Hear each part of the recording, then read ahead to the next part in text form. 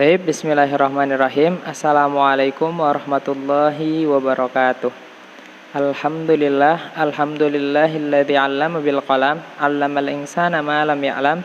Asyhadu an la ilaha illallah wa asyhadu anna Muhammadar Rasulullah la nabiyya wa la rasula ba'dah, amma ba'du.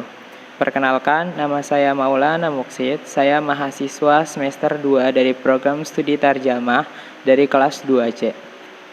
Jadi di sini saya akan membuat video sebagai salah satu tugas untuk menyempurnakan ujian akhir semester mata kuliah Shoroh Penerjemahan yang diampu oleh Dr. Zamzam Nurhuda.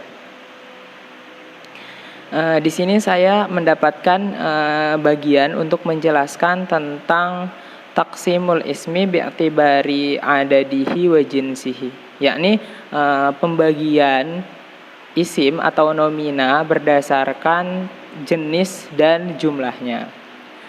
Oke, sebelum kita berlanjut kepada pembahasan, saya akan sedikit menjelaskan sedikit tentang nomina atau isim itu sendiri. Jadi yang saya pelajari di kitab Nahwadih, al-ismu huwa kullu lafzin yusamma bihi insan au hayawan au nabat au jamad au syai'in akhar. Jadi isim adalah setiap lafaz yang dinamakan dengan nama orang, nama hewan, nama tumbuhan, nama benda-benda atau nama-nama yang lainnya. Sama yang dijelaskan di KBBI, nomina adalah kelas kata yang menunjukkan nama suatu benda, nama orang, nama hewan, dan nama-nama lainnya. Oke, sekarang kita melanjutkan kepada pembahasan, yakni taqsimul ismi bi'atibari jinsihi wa adadihi, pembagian isim atau nomina berdasarkan jenis dan jumlahnya. Pertama, saya akan menjelaskan terlebih dahulu tentang pembagian isim atau nomina berdasarkan jenisnya. Oke, jadi pembagian isim itu berdasarkan jenisnya itu terbagi dua, yakni nomina yang feminin atau yang dalam bahasa Arab disebut dengan mu'annas, dan nomina maskulin atau yang di dalam bahasa Arab disebut dengan muzakkar. Oke, saya akan menjelaskan tentang muzakkar itu. Muzakkar adalah semua yang dapat dirujuk dengan komponen semantis maskulin seperti hadza atau yang lainnya atau berikut kepada turun-turunannya. Nah, muzakkar atau nomina maskulin ini terbagi menjadi dua, yakni muzakkar hakiki dan muzakkar majazi. Jadi pertama, apa sih muzakkar hakiki itu? Ya, muzakkar hakiki itu meliputi semua nama-nama sesuatu gender maskulin dari nama manusia, nama hewan yang berjenis kelamin jantan, nama anak laki-laki. Contohnya, contoh dari muzakkar hakiki yakni rojulun, seorang pemuda, waladun, anak kecil, atau asadun, seorang singa laki-laki.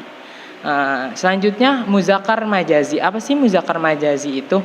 Jadi muzakkar majazi itu sama saja, semua yang dianggap maskulin, ya, nama-nama maskulin tapi bukan dari kelompok manusia atau juga bukan dari kelompok hewan, ya. Contohnya dari babun, pintu. Pintu ini benda yang bukan babun ini pintu yang dia termasuk dengan muzakkar majazi atau dia termasuk dengan maskulin, ya, dan bukan feminin. Selanjutnya saya akan menjelaskan tentang mu'annas atau feminin. Apa sih kategori mu'annas atau feminin itu gitu? Ya, kalau dalam bahasa Arab kita sering mendengar kata-kata mu'annas, yaitu kullu lafzin yadullu ala nisain, setiap lafaz yang menunjukkan tentang cewek aja, tentang perempuan gitu. Tapi di sini saya akan sedikit membagi cabang-cabangnya. Yakni mu'annas itu adalah semua yang ditunjukkan dengan komponen semantik feminim. Semantis feminim itu contohnya hadihi. Nah, hadihi kemudian seterusnya kepada turunan-turunannya yang lainnya seperti tilka dan sebagainya. Nah, kemudian mu'annas itu terbagi menjadi 4. Apa aja sih? Pertama mu'annas lafzi, mu'annas maknawi, kemudian mu'annas hakiki, dan mu'annas majazi. Nah, oke, sekarang saya akan menjelaskan satu persatu ya.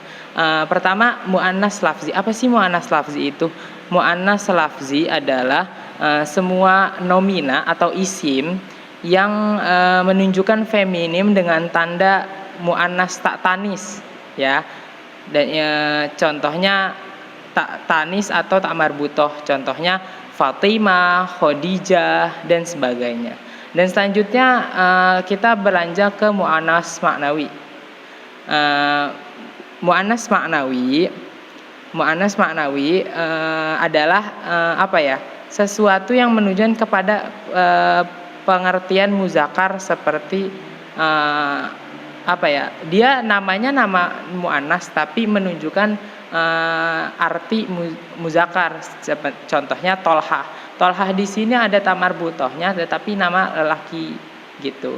Hamzah juga termasuk ada tamar butohnya, ada tanda femininnya tapi dia termasuk kata buat muzakkar atau maskulin. Selanjutnya saya akan menjelaskan tentang mu'annas hakiki. Apa sih mu'annas hakiki itu?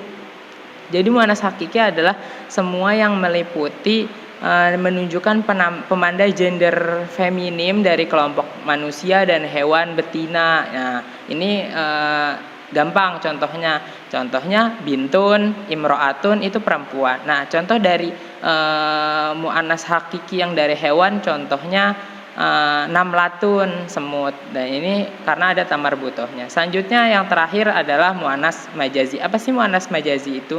Jadi mu'annas majazi itu semua yang dianggap feminim dari kelompok manusia Jadi saya ulang, mu'annas majazi adalah setiap yang dianggap feminim atau nomina yang dianggap feminim yang bukan dari kelompok manusia dan hewan. Contohnya syamsun atau ainun, rojulun.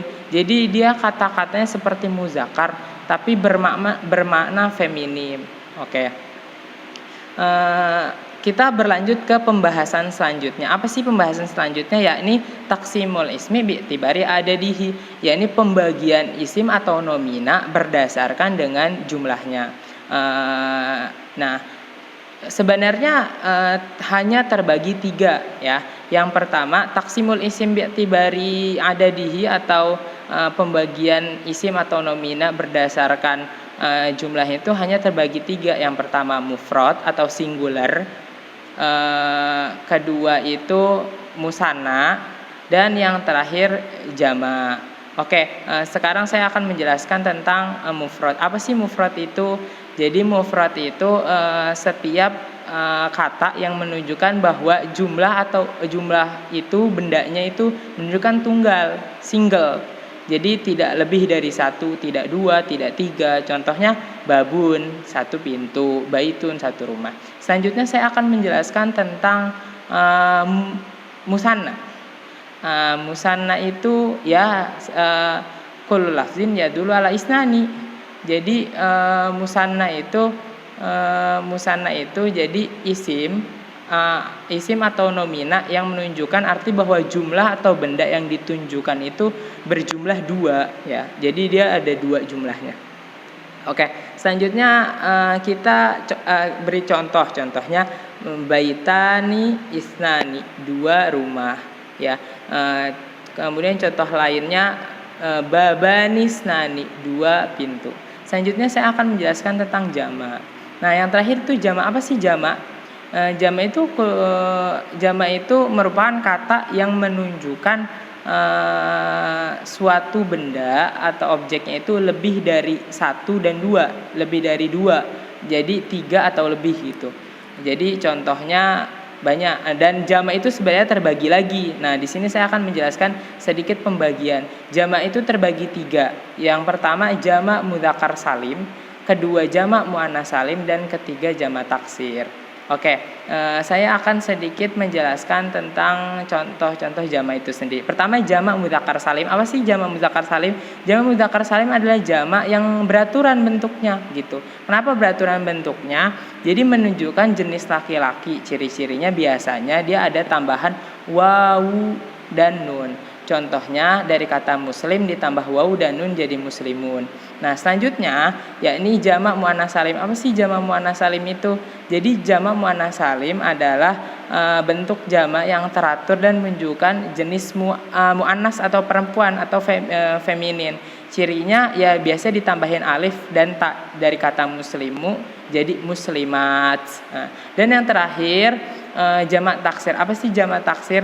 Jamak taksir adalah bentuk jamak yang tidak beraturan. Jadi tidak ada patokannya seperti apa. Contohnya dari kata rojulun jadi rijalun, dari contohnya babun menjadi abu-abun, dan lain sebagainya. Mungkin dari penjelasan saya cukup ya, dari taksimul isim bi'tibari jinsihi wa adadihi. Jadi itu saja video yang bisa saya sampaikan. Mohon maaf atas segala kekurangan. Saya ucapkan terima kasih kepada Bapak Dr. Zamzam Nur Huda yang telah membimbing kami selama 1 semester ini, telah mengajarkan kami banyak hal tentang shorof penerjemahan, dan semoga ilmu yang Bapak Dr. Zamzam Nur Huda sampaikan kepada kami menjadi ilmu yang berkah sehingga kami dapat memanfaatkannya bagi orang banyak. Terima kasih. Wassalamualaikum warahmatullahi wabarakatuh.